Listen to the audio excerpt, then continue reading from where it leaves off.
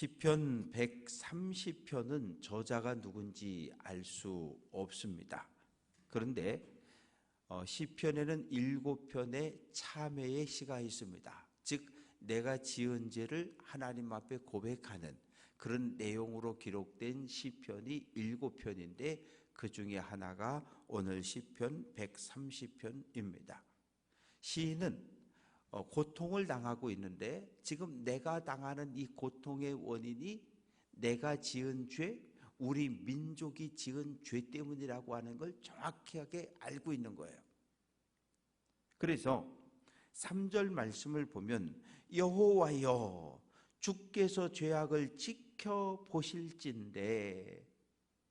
하나님은 내가 지은 죄와 우리 민족이 범한 죄, 하나님을 멀리 떠나고 우상을 섬기고 하나님과 우상을 겸하여 섬기는, 하나님과 우상 사이에서 왔다 갔다 하고 있는 우리의 모든 죄와 허물을 지켜보고 있다는 거예요. 그래서 4절 말씀 속에 그러나 사유하심이 내 죄를 용서해 주는 그 분이 하나님이라는 거예요. 내 죄를 용서하실 수 있는 힘을 가지고 있는 분은 창조주 하나님, 구원자 하나님, 전능하신 하나님이라는 거예요. 그래서 내가 1절 여호와께 내가 깊은 곳에서 부르짖는다는 거예요. 이 깊은 곳이라고 하는 건 절망과 고통과 괴로움 당하고 있는 그 어려운 환경을 이야기하는 거예요. 내가 지금 고난과 어려움 중에 처해 있는데 이 모든 고난의 원인이 나의 죄 때문인 걸 내가 인정한다는 거예요.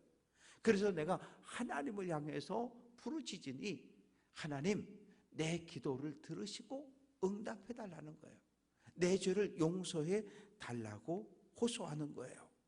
그래서 5절 말씀, 나 곧 내 영혼은 여호와를 기다리며 나는 주의 말씀을 바라는도다. 하나님, 왜 하나님의 말씀을 바란다고 말할까요? 성경은 하나님의 말씀입니다. 하나님의 말씀은 약속이에요. 하나님의 말씀 속에는 죄를 고백하면 용서해 준다는 약속이 있어요. 그 약속대로 내가 죄를 주님 앞에 내어놓았사오니 내 죄를 용서해 달라고 하나님께 호소하고 있습니다.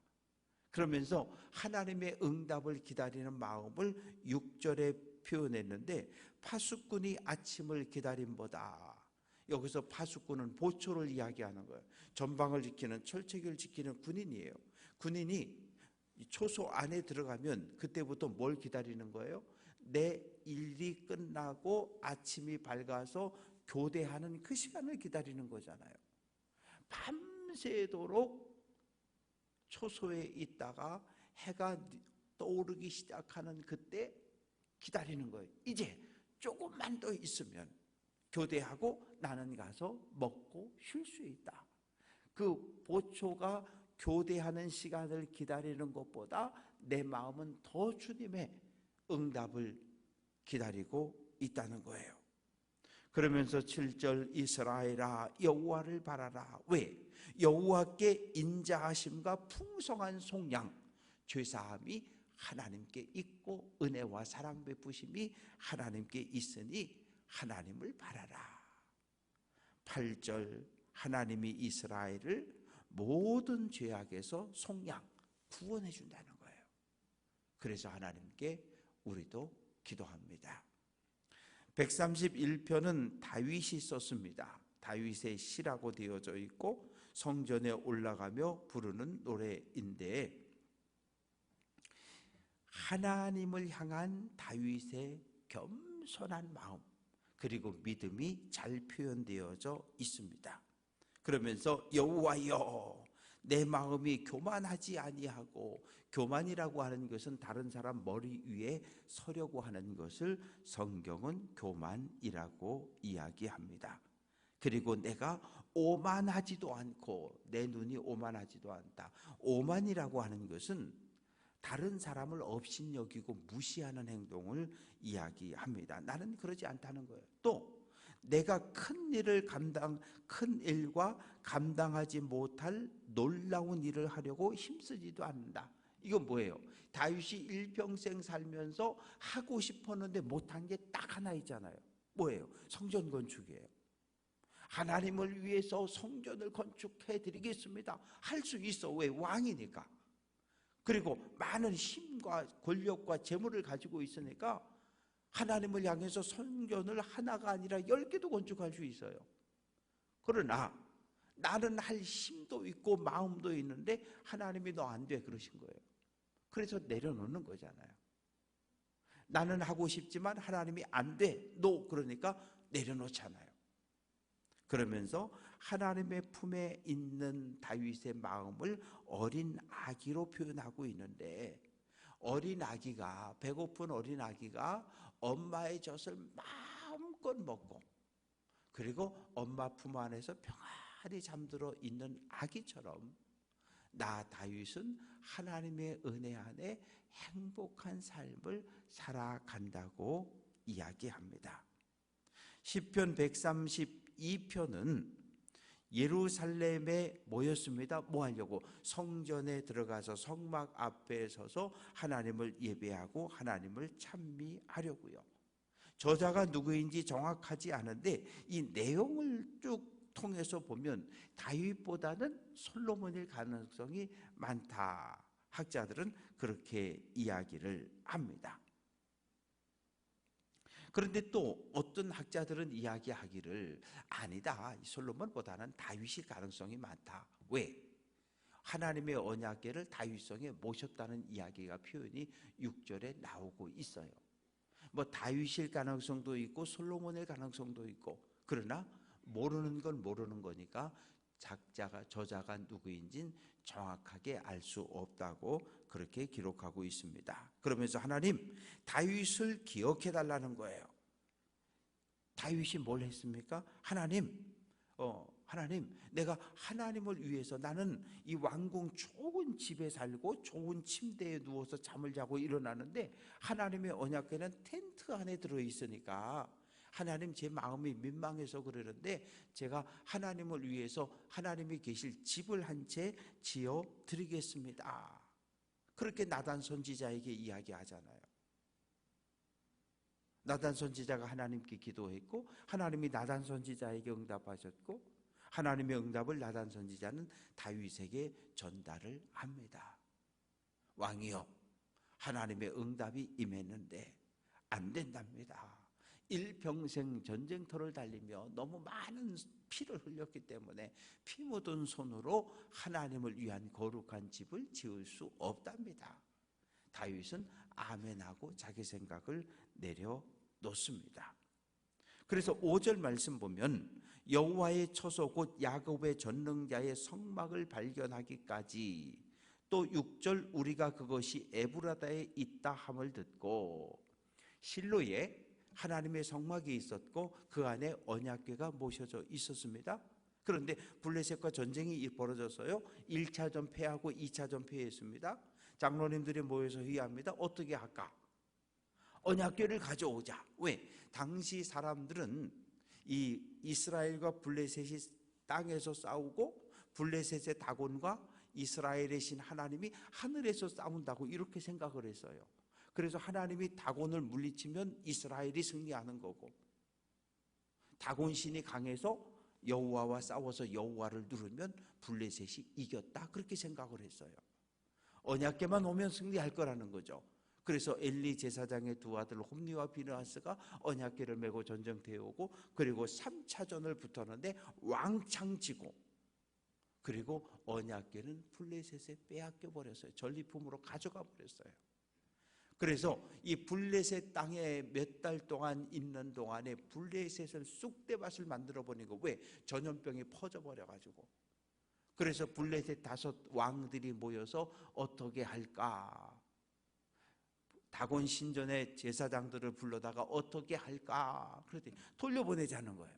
이 언약궤가 전리품이 아니라 우리 민족을, 우리나라를 멸망시킬 재앙덩어리니까 다시 돌려보내자는 거예요.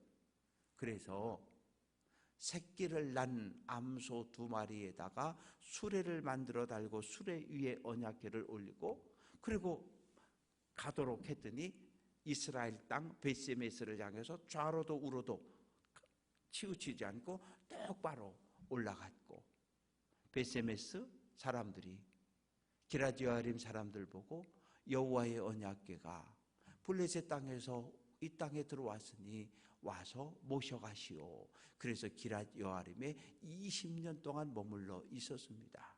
그래서 6절 말씀 보면 에브라다라고 하는 이 말은 기럇 여아림의 또 다른 표현이고, 나무밭에서 찾았다. 나무밭이라고 하는 이것은 나무가 많은 숲이 에브라다 지역입니다.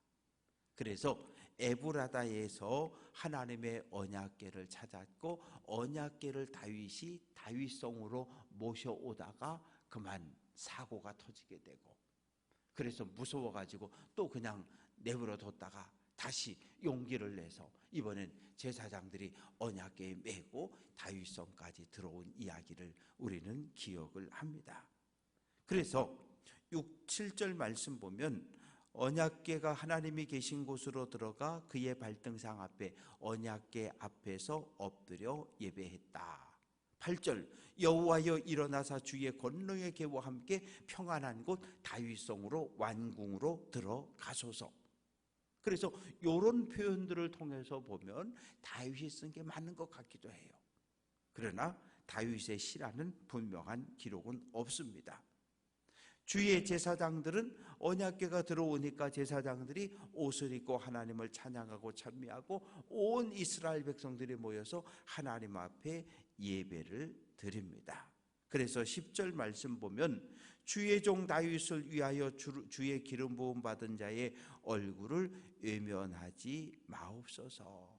10절부터 18절까지 말씀은 하나님이 다윗과 맺은 언약이 있지 않습니까? 다윗아, 내가 나에게 충성을 다했고 일평생 우상을 숭배하지 않고 하나님만 섬겼으니 내가 너에게 복을 줄 건데 내 자손들이 대대로 이스라엘의 왕권을 차지할 것이다, 왕이 될 것이다 라고 하는 약속이 다윗의 언약입니다. 이렇게 다윗이 신실한 삶을 살았으니 다윗과 약속을 지켜달라는 거예요. 그래서 10절부터 18절까지 이하의 말씀을 보면 이 솔로몬이 쓴 게 또 맞는 것 같아요. 왜? 아버지 다윗과 맺은 언약을 기억해서 나 솔로몬과 오고 오는 다윗의 후손 가문에게 복을 달라고 하는 그런 간구의 내용이 10절부터 18절까지 기록이 되어져 있습니다. 11절 끝부분에도 보면 내 몸의 소생을 내 왕위에 둘 것이다. 12절 내 자손이 내 언약과 그들에게 교훈하는 내 증거를 지킬 텐데 그들의 후손도 영원히 내 왕위에 앉으리라. 이런 얘기가 반복되고 있거든요. 그런데 여기서 12절 내 자손이 내 언약과 그들에게 교훈하는 내 증거를 지킬진대 조건이 있는 거예요.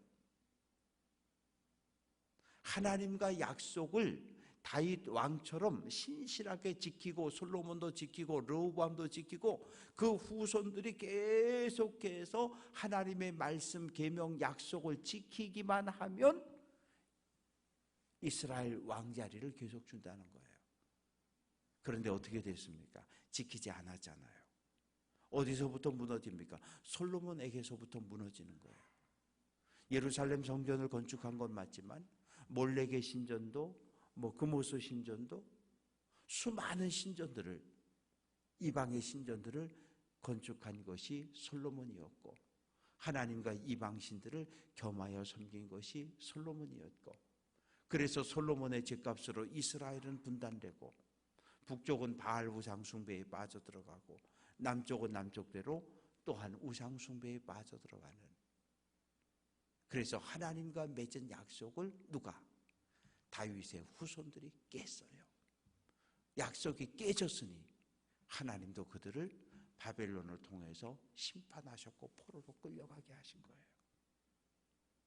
그래서 오늘 말씀 속에는 하나님이 다윗의 가문을 택했고 예루살렘을 이스라엘을 다스리는 수도로 정하셨고, 그리고 계속해서 다윗의 후손들이 하나님과의 약속을 지켜서 하나님께 복받은 가문이 되기를 기대했지만 그 기대가 깨졌다는 거예요. 그 이야기가 10절에서 18절까지 반복이 되고 있습니다. 말씀을 정리해 봅니다. 우리가 믿음의 길을 걸어가다가 문제를 만나고 환난을 만나고 고난을 만나고 어려움을 만날 때 있어요. 그러면 그럴 때 이 고난이 어디에서 왔는가를 봐야 돼요.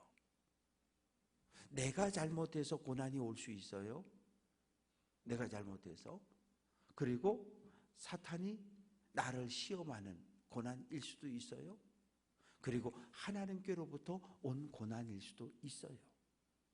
그래서 우리는 모든 고난을 만나면 이 고난을 쳐다보고 고난과 씨름하지 말고 하나님을 바라보라는 거. 왜? 사탄을 통한 시험이든 내가 잘못했든 하나님이 주시는 시험이든 결국 이 모든 문제를 풀어갈 힘은 하나님께 있기 때문에, 그래서 하나님께 부르짖고 하나님의 응답을 받고, 그래서 우리가 또한 감사하며 믿음의 길을 걸어가야 합니다. 성경은 약속입니다. 잘 지키면 복을 주겠다는 거예요. 행복하게 해주겠다는 거예요. 하나님의 말씀을 잘 듣고 마음판에 새기고 늘 하나님의 말씀에 순종함으로 하나님께 영광 돌리는 행복한 삶을 살아가는 귀한 성도들 될 수 있기를 주님의 이름으로 축원합니다.